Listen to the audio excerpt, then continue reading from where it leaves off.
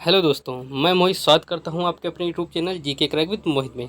तो दोस्तों, जैसा कि आपको पता है कि एसएससी जीडी जो एसएससी जीडी है ना, जिसकी वैकेंसी अभी 26,000 से सीधे बढ़ कर के 46,000 हो गई हैं। 46,617 के लगभग वैकेंसी हो चुकी हैं, यानी 26,000 से लेकर के सीधे 46,000 तक वैकेंसी हो चुकी है। ठीक है, तो अब देखिए, वैकेंसी पहले आई थी 26,000, अब वैकेंसी हो बढ़ करके 46,000 हो गई।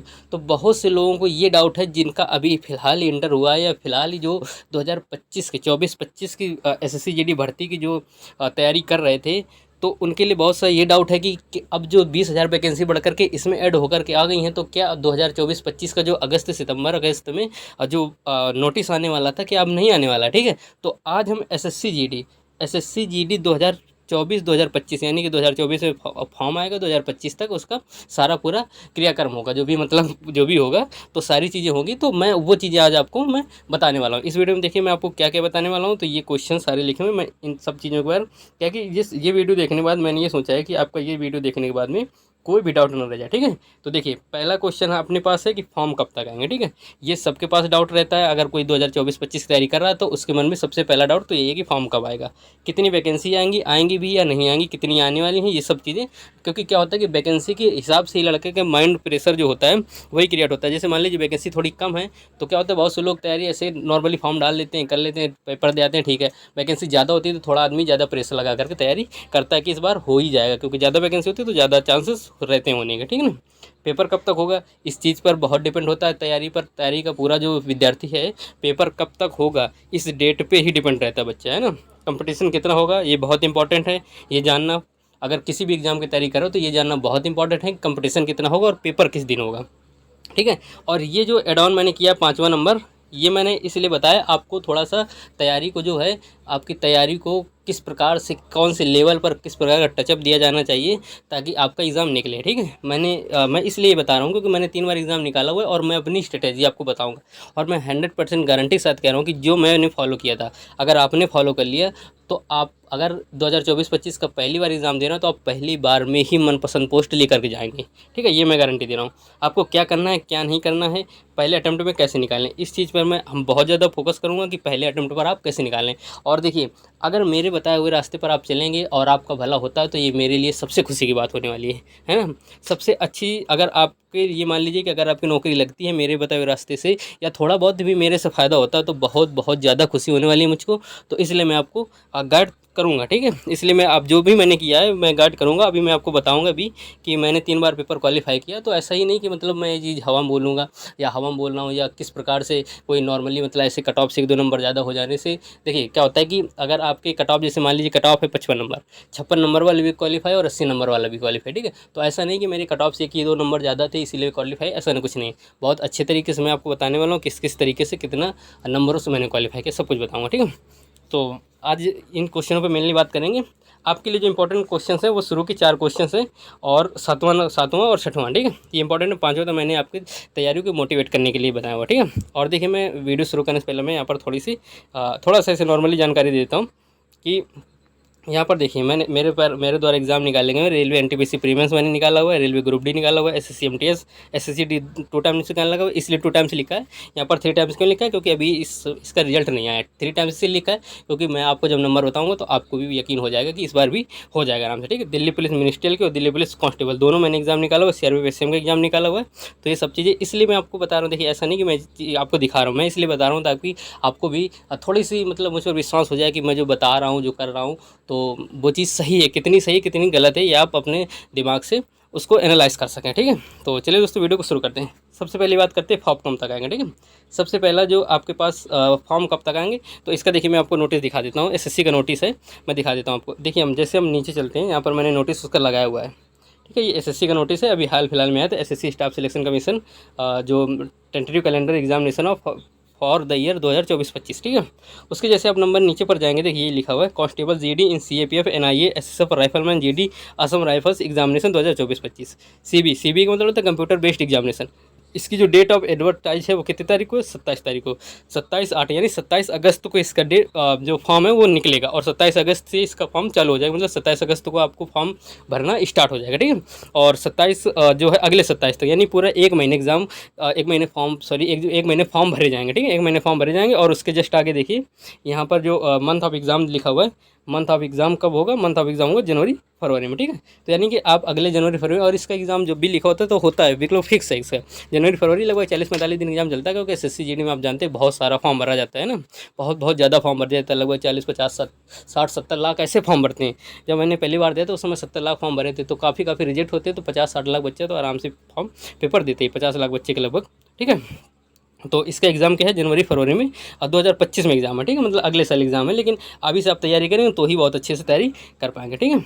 तो अब देखिए यहाँ पर पहला हो गया कि आपका फॉर्म कब आएगा, तो फॉर्म आपको 27 अगस्त को बिल्कुल फिक्स फॉर्म आने वाला है, ठीक है। कितनी वैकेंसी आएंगी, तो देखिए वैकेंसी क्या है कि जो सीएपीएफ की वैकेंसी होती है ना, सीएपीएफ का मतलब होता है यही जीडी वगैरह है, जैसे जीडी हो गई, और जैसे आपका सीपीयू होता है ना, इसमें से क्या होता है वैकेंसी पहले थोड़ी सी कम आती है, कम आने के बाद फिर क्या होता है कि वैकेंसी धीरे धीरे इंक्रीज़ हो जाती है। जैसे पिछली बार देखिए 50,000 वैकेंसी हो गई थी, इस बार भी आपका लगभग 46,000, लगभग 50,000 वैकेंसी हो गई है, ठीक है। तो इसी प्रकार से हो सकता है शुरू में आपकी 20-25 हज़ार वैकेंसी है, लेकिन लास्ट तक होते होते आपका ये 40-45 हज़ार वैकेंसी हो जाएगी। तो ये मान लीजिए कि आपका लगभग 40 से 45 हज़ार वैकेंसी तो मानकर ही चलिए, ठीक है, 40-45 हज़ार मानकर ही चलिए कि इतनी वैकेंसी आपकी आने वाली। पेपर कब तक होगा, तो पेपर आपको बता दिया मैंने, जनवरी फरवरी में पेपर होना तय है 2025 में, ठीक है।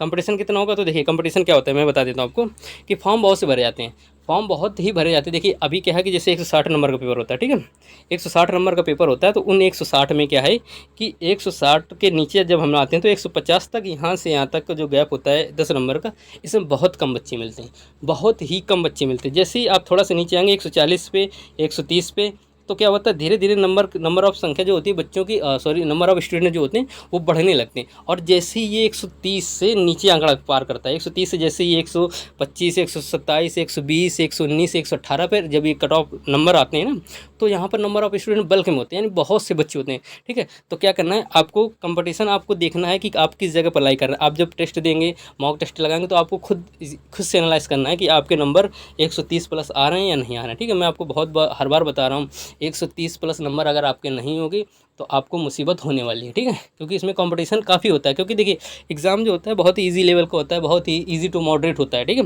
बहुत इजी टू मॉडरेट होता है। आप देखिएगा अभी जब इसका रिजल्ट निकल के आ गया, आप देखिएगा कट ऑफ इसी के आसपास ही रहेगी, ठीक है। अब देखिए कंपटीशन इतना ही है। अब देखिए आप क्या करें क्या ना करें, तो मैं आपको बता देता हूँ कि आपको क्या नहीं करना है। देखिए आपको क्या नहीं करना है, वो ये नहीं करना है कि आप किसी भी आपकी जो छोटी छोटी गलतियाँ ना, आप उनको इग्नोर नहीं करेंगे, ठीक है। आपको सबसे पहला काम आपका है कि आपको अपना पूरा सिलेबस जितना है आपको अच्छे तरीके से, बिल्कुल अच्छे तरीके से, ईमानदारी से, दिल से, अंदर से, मतलब अंदर से आत्मा गवाही देनी चाहिए आपकी कि आपने जो सिलेबस है आपने बहुत आराम से, बहुत अच्छे से, ईमानदारी से फॉलो किया, ठीक है। और दूसरी बात क्या करनी है, आपको मॉक लगाते रहना है, मौका लगाते रहना। और ये नहीं सोचना, सबसे बड़ी गलती स्टूडेंट की क्या होती है कि वो सोचता है कि जनवरी फरवरी एग्ज़ाम है और अभी चल रहा है जून, तो बहुत लगभग 6 महीने में, तो अगर लास्ट के शुरू में 3-4 महीने निकल लेंगे तो बहुत है, ऐसा सोचता। लेकिन नहीं, समय नहीं। अगर आप बिल्कुल फ्रेशर हैं तो अभी से लग जाइए, बिल्कुल आँख बंद करके लग जाइए। और इसके बाद एक जस्ट वीडियो और आएगा जिसमें मैं आपको सोर्स बताऊँगा, यूट्यूब के सोर्स, फ्री सोर्स बताऊंगा, ठीक है। कोई अगर मेरी माने, अगर आप थोड़े बहुत अच्छे हैं पढ़ने में तो कोई कोर्स नहीं लेना है, और मैं बताऊंगा आपको सोर्स, फ्री का सोर्स बताऊंगा, फ्री के बुक्स, फ्री के टेस्ट कहाँ से देना है, वो सब चीज़ें मैं आपको बताऊंगा। आप उनको फॉलो कर लेंगे तो आप ये मान लीजिए टॉप भी कर सकते हैं, ठीक है। ऐसी ऐसी चीज़ें यूट्यूब पे ही पढ़ेंगे, ठीक है। तो जो चीज़ मैं बताऊँगा, अब इसके आगे मैं जस्ट अगला वीडियो लाऊंगा जिसमें आपको बुक्स वगैरह के बारे में बताऊँगा, बुक्स में कहाँ से पढ़ें, कौन से सोर्स से पढ़ें, कितना पढ़ें, और कैसे अटेम्प्ट करना है, ये सब चीज़ें बताऊँगा, ठीक है। पहले अटेम्प्ट में कैसे निकालें, तो आप ये सारी चीज़ें फॉलो करेंगे तो आप पहले अटेम्प्ट में बिल्कुल से क्वालिफाई हो सकते हैं, ठीक है। ये मैं अगले वीडियो में आपको जब बुक्स वगैरह बताऊंगा ना, तो बताऊंगा आपको कि किस तरीके से आपको क्या करना है, ठीक है। अभी मैं आपको बता देता हूँ कि आपको अभी अपना सिलेबस बिल्कुल ईमानदारी से फाइनल करना, ठीक है। कैसे 3 बार फॉलो क्वालिफाई किया, तो देखिए मैं आपको बता देता हूँ। जब मैंने 2021 में पहली बार एग्ज़ाम दिया था तो उस समय वैकेंसी लगभग 26,000 के लगभग थी, 26-27 हज़ार वैकेंसी थी, और उस बार नहीं बढ़ी थी वैकेंसी, ज़्यादा नहीं बढ़ी थी, है ना। तो उस बार मेरे जो रॉ मार्क्स थे, मतलब रॉ मार्क्स क्या, मुझे मतलब पूरा नॉर्मलाइज्ड मार्क्स 78 नंबर बनाए थे, ठीक।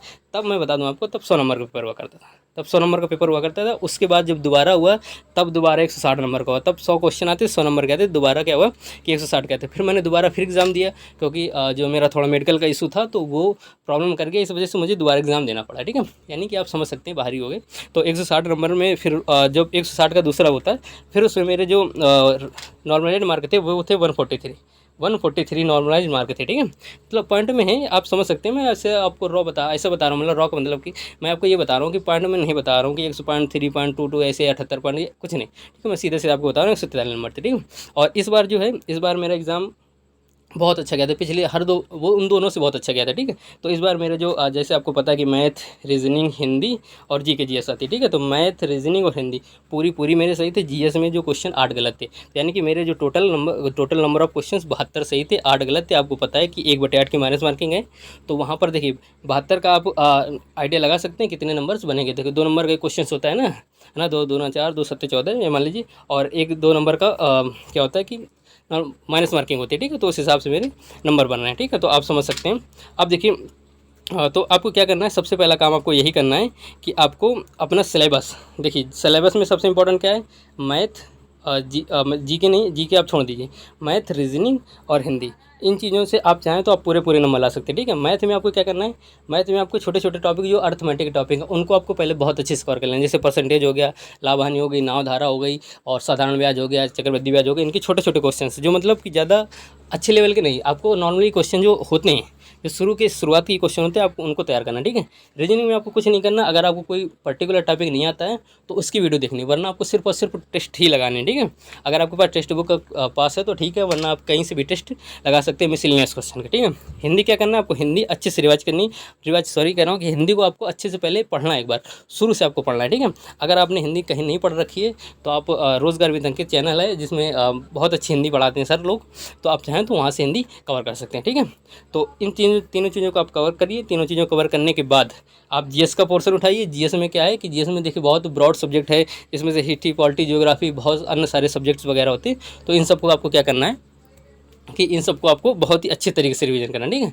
बहुत ही अच्छे तरीके से रिवीजन करिए और उनका क्या करिए, उनका ये मान लीजिए बहुत अच्छे तरीके से रिवीजन करिए। जीएस का थोड़ा सा मतलब क्या होता है कि जीएस का एसएससी है, एसएससी के जीएस का थोड़ा सा पैटर्न जल्दी नहीं पकड़ में आता है। तो नवीन सर जो हैं बहुत अच्छे से जीएस पढ़ाते हैं, तो आप चाहें तो उनका भी उनका मतलब फ्री में पढ़ा रहे हैं, ऐसा नहीं कि कोर्स है, मैं कोर्स के लिए बात नहीं कर रहा हूँ, फ्री कह रहा हूँ, फ्री पढ़ाते हैं, फ्री आप उनसे पढ़ सकते हैं, ठीक है।